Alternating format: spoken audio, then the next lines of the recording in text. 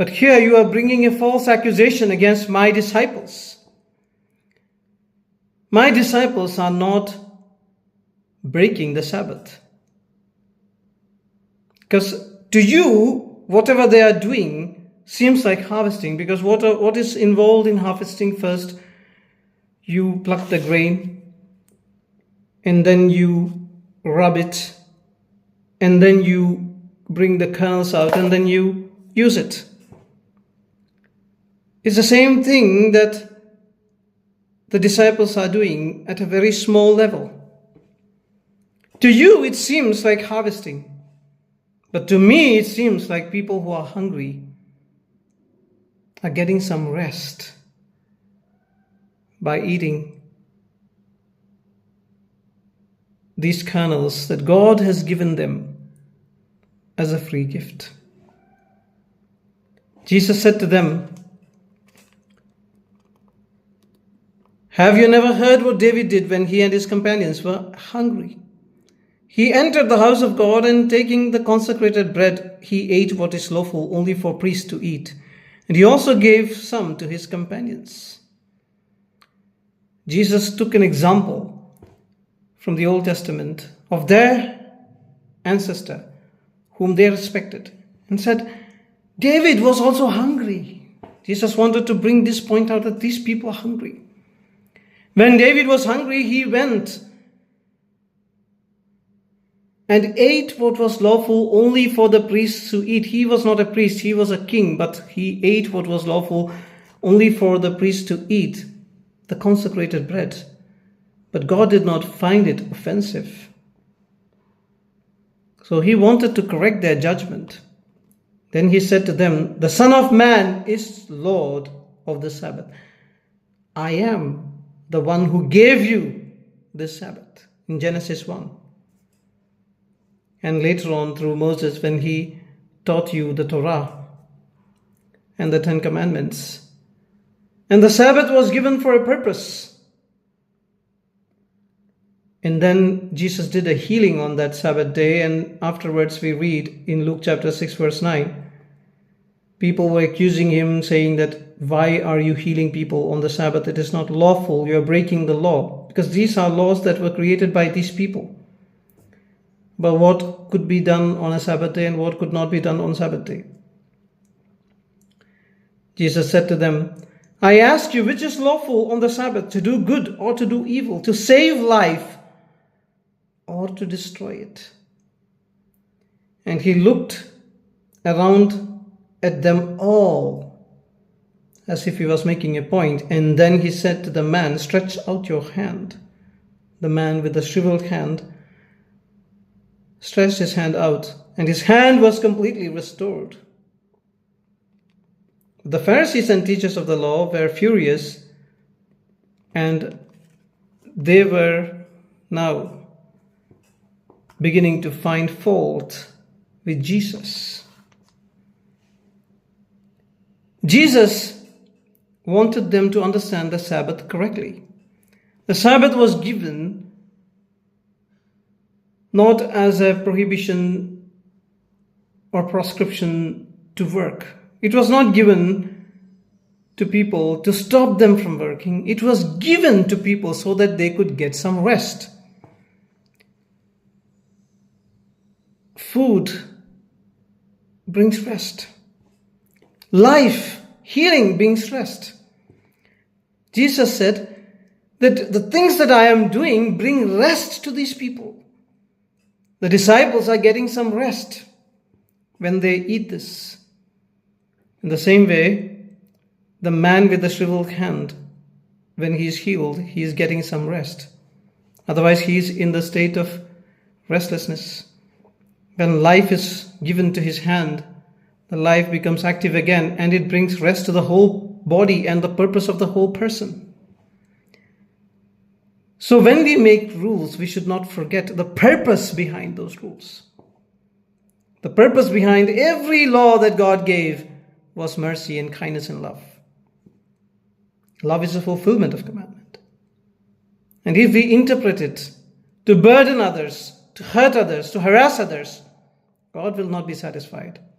The giver of the Sabbath the Lord of the Sabbath, would be angry with such people. Why do I say this? I see people, rich people, wealthy people, eating biryani in front of other people. And if these other people, like these disciples, get something of this kind, like some kernels to eat, these rich people are offended. And they start finding fault with these people. You're breaking the law. God sees you, my dear brother. God sees you, my dear sister, when you do this kind of judgment. You would be able to explain it according to the law, of course. You would say that this is the thing should not be done, but they have done it at a small level, so the punishment is the same.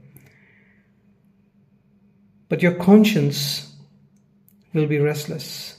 You will know that you have not done the right thing with the law that God gave you, and the position and power to judge and to implement that judgment on others that God gave you. If you have any such power, my dear friend, beware. Pray to God every day about how to use this power to judge others, to implement that judgment on others. There are many people who have not done any crime that is worthy to be put them in jail.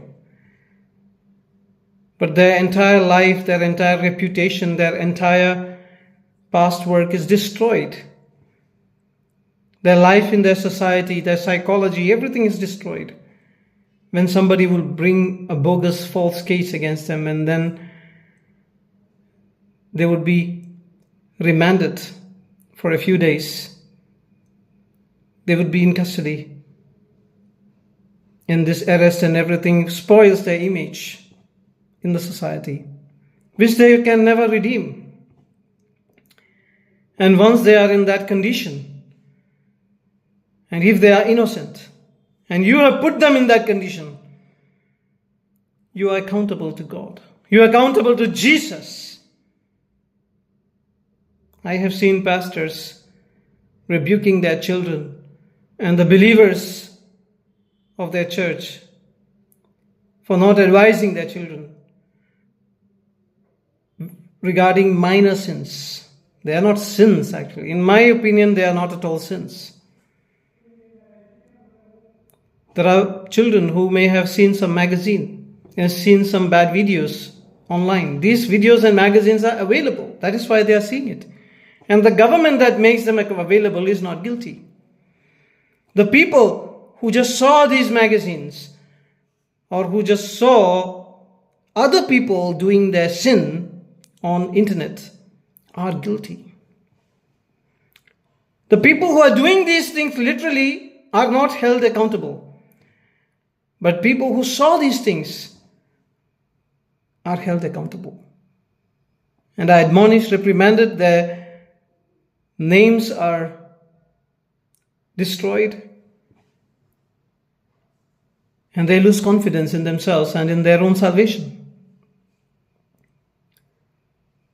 Even in the Bible, punishment is proportional to the offense. But sometimes people take it out of proportion, and then what happens? These kids, these children, they become rebellious. Let me ask you, my dear friend, you have seen so many murders. And you would say, no, I have never seen any murder happen right in front of me. You may not have seen it literally, but you have seen it on television, in movies. What if I say you are guilty of murder because you saw murder? How would it sound to you? It's the same thing that you are accusing the little boy or a little girl of, by saying that just by watching that particular video, or just by watching that particular magazine or looking at it, you have become sinful with your eyes. You have conducted a big sin with your eyes. The people who created this material are not responsible. The government is not responsible. This material is available. For that, nobody is responsible. These kids, they never did any adultery in their life. But just because they saw somebody else doing adultery, they are considered to be adulterous. This is the height of hypocrisy. This is the way people use the Sermon on the Mount, which was given for the exact opposite purpose. Jesus wanted to prick the conscience of the people who had extended the law beyond its scope. And because they extended one side of the law without looking at the other side, which they were breaking. The Pharisees and lawyers had extended one side of the law, God's side of the law, to such an extent that it became unbearable for people, like the Sabbath laws, which I mentioned right now, and like the laws pertaining to worship. That if you just go and eat with an idol worshipper, you are guilty of worshipping the idol. That is the point that they used to ostracize tax collectors who had to go and eat with their pagan bosses. And that is the law they extended even further to ostracize people who went to the tax collector's house. Like Jesus was going to that sinner's house, and people reasoned that Jesus would be excommunicated if he does so. Jesus took the risk knowingly, because he knew that this law is unfair. This is extended beyond the scope of the original law. If you just go and eat at a tax collector's house, who ate? The tax collector ate with some other pagan. You are now a pagan, an idol worshipper, and you will be excommunicated. Think about that. These are the kinds of laws that they made. So Jesus was angry with them. And Jesus said to them, well, you have made this unbearable. I will make the other side unbearable. Look at this. If you get angry with a brother or sister, it is equal to murder. Now, they would always get angry with brothers and sisters and call people fools, tax collectors and others. And then Jesus said, just if you look at a woman with a lustful thought, somebody else's wife, then you have become adulterous. If these were the laws by which you were judged, would you survive the judgment?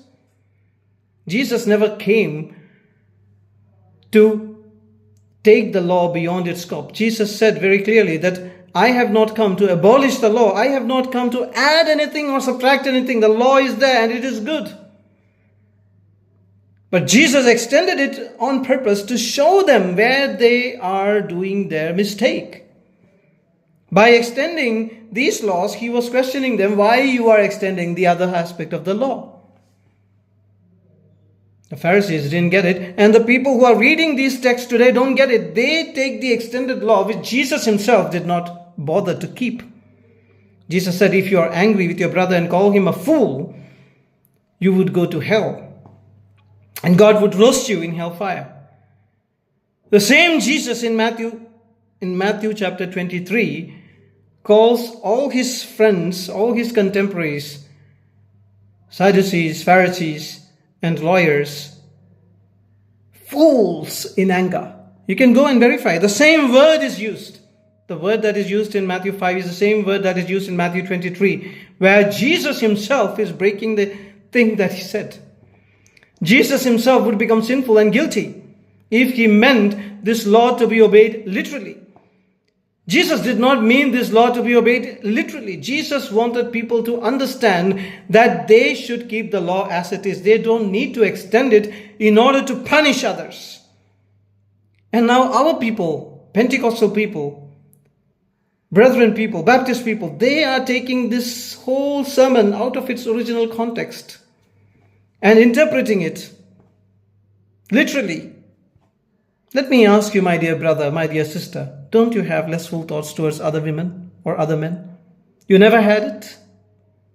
You were never angry with your children or your father or your brother or your sister or your friend or maybe even an outsider, a stranger, an auto driver and called him a fool in your anger? Who of you